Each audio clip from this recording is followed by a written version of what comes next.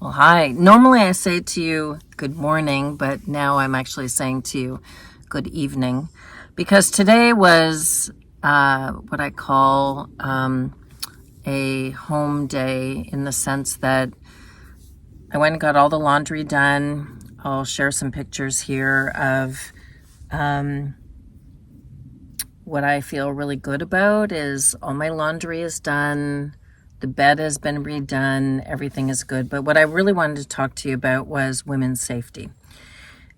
Because I do realize that the people who love me are always a little concerned about my whereabouts. I've done some preventative things where, my best friend has my key fob information, always knows where I am and what I'm doing. But I did want to talk to you about the safety of solo women travelers. Because I have felt at risk in some periods of time, and I have used my gut instinct to just go somewhere that I felt safer just based on instinct alone.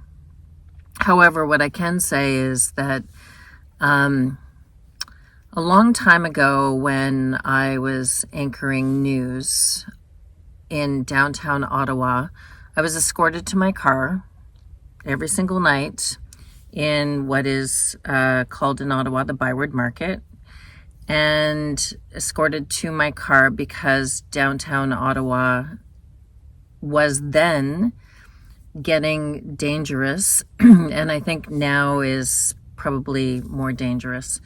So I do know about that. I mean, I've been to a slum in Nairobi. I have been to dangerous places in a number of countries. So I am kind of attuned to being very, very aware when you're in a situation that is not safe. What I can say, I think at 4 months on the road as a solo woman traveler, that there are only a couple of situations where I have felt like I need to move on and find somewhere safe. I am currently in the middle of Bureau of Land Management, camping by myself. There are a few people with RVs around me. I like that kind of balance of being kind of by myself, but also having people that I think are within screaming distance. The most fear that I have is that a coyote will come after Buddy. I don't fear humans out here because people who would, I guess, want to do me harm would have to go to a heck of a lot of effort to first find a solo woman traveler out here, but also, you're surrounded by people in RVs. So I do know that that is something that keeps a lot of women from hitting the road, is that being a solo woman can be challenging. Sure, it can be challenging in a few different ways. Today I went into a very busy laundromat, also went in and had a shower, so my hair is clean.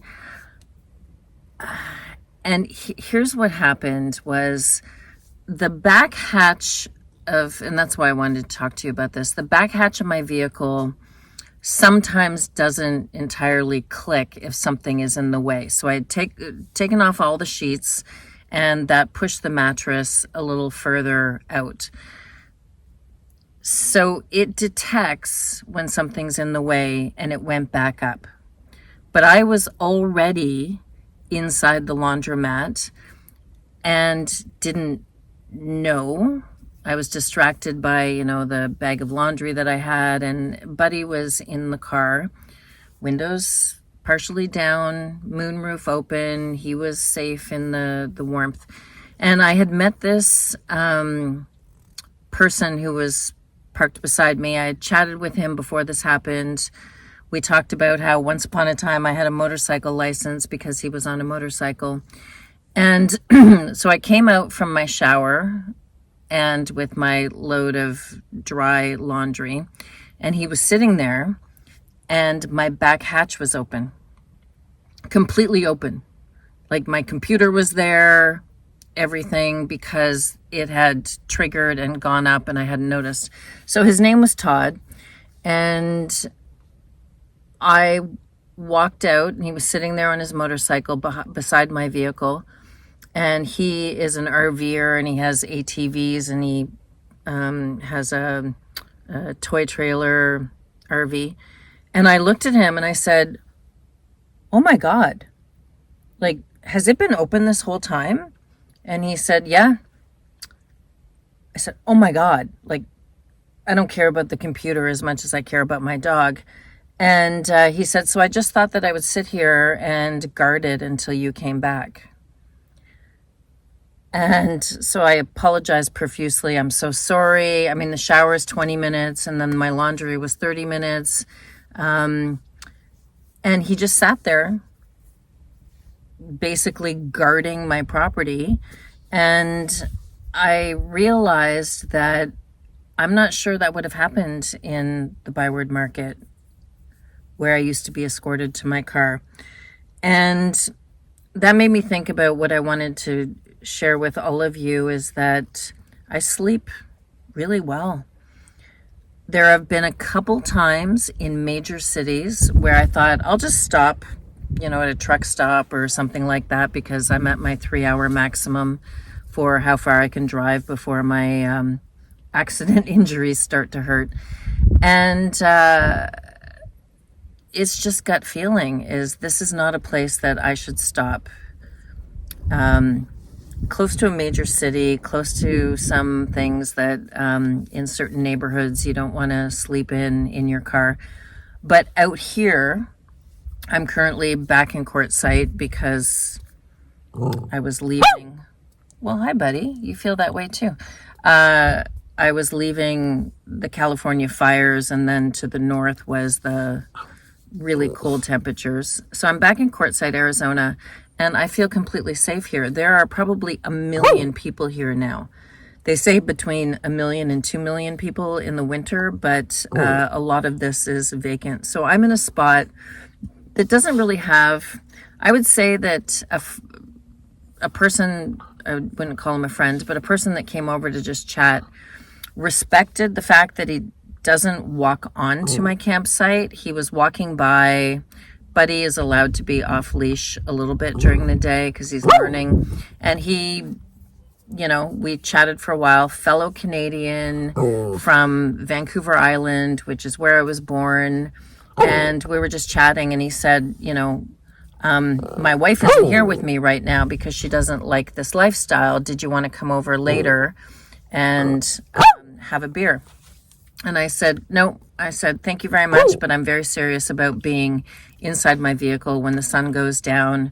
Coyotes go after small dogs, and also it's just the way that I operate, is that I'm always about safety. And so, very, very sweet man. And he said, I completely understand. I just wanted to see if, you were looking for company. And nothing untoward at all, like nothing. But I just laid down, this is how I feel safe. When the sun goes down, I'm locked in.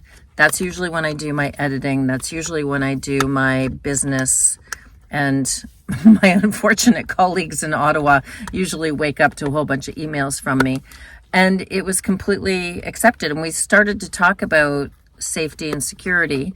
And he said the same thing, is, he has a lot of things on his very expensive RV, side-by-side or ATV or whatever you want to call it. We both have solar panels outside, and we started to talk about that, and we feel very safe out here. So for women who are afraid to embrace this life, I would say 2 things. 1, your gut feeling is always going to be the most important thing. The other thing is research. Is I look into, before I decide to stop somewhere, even if it's in a motel, I look at the neighborhood, I look at the crime rate, I look at anything that is in a neighborhood that maybe I shouldn't take the cheapest motel in, say, Phoenix, where I'm going tomorrow. Maybe I need to make sure that it is in a a good neighborhood. I did that in El Paso. And that is the thing that I think is the most important, is your intuition or your instinct, and also research. When I have stayed in truck stops or a Love's truck stop, and I mean like the first one, like on the highway, I've stayed in the middle of nowhere on BLM land between Las Vegas and Quartzsite. And those are fellow campers. Those are not people that want to hurt you. And I have learned over the course of the last 4 months that the most important things are my gut feeling about my own safety and researching in advance. I don't fly blindly into a town, and I can think of a couple that I have passed through that I researched and that other people also told me, don't stay there for the night. Do not stay there for the night. And I have taken them at their word. So I do tend to chat with people as well about, hey, I'm thinking of staying in this place. I'm not naming them because I don't want to cast aspersions on them, but there have been a couple of towns that, no, you don't want to stay there for the night. The people that live there don't want to stay for the night. And you can't just pull over all by yourself in the middle of nowhere and stay there. So for women solo travelers who think, oh, I could never do this life, you can. It's just super important that you make sure that safety and security is at the top of your list and that you do your research. iOverlander has been amazing for me because I can look up the areas, and often there will be feedback from women saying, perfectly safe, had a great night's sleep. And there will be others who say it was a little shady and I was uncomfortable. That's part of your research. So I have not felt afraid. I have felt uncomfortable. And then I have moved on to somewhere else where I felt comfortable. In certain circumstances, it is better to be at a Love's truck stop surrounded by truckers than it is to be in the middle of nowhere in a town that doesn't have a great reputation or has a really high crime rate. So research is really important. So on this day I accomplished nothing other than laundry, had a shower. I think I paid $17 for, no, that can't be right. I think that's what it is at Love's. It might be $15, but for a shower while my laundry, same building, while my laundry was being done, jumped in, had a shower, keys, locks on the door, you go in, everything is very secure, nothing is shady. There's probably dozens and dozens of people there also doing their laundry. So just common sense. Just common sense. But no, I feel safer out here than I do in some major cities. And at times, even in my own city, which has a very low crime rate, but has certain neighborhoods that you don't want to be walking through alone at night by yourself. So, common sense. And then I made a really great dinner. I'm going to share that with you. I don't do that very often because I eat a lot of just produce and things that don't require a lot of cooking, but I actually cooked. So it's been a great day, and I move on to the Phoenix area. Again, I will do my research. I move on to the Phoenix area tomorrow. So just what I've learned. You can take that information and do with it as you please, but for women solo travelers, I am always aware of my surroundings. So, all right. Night, night.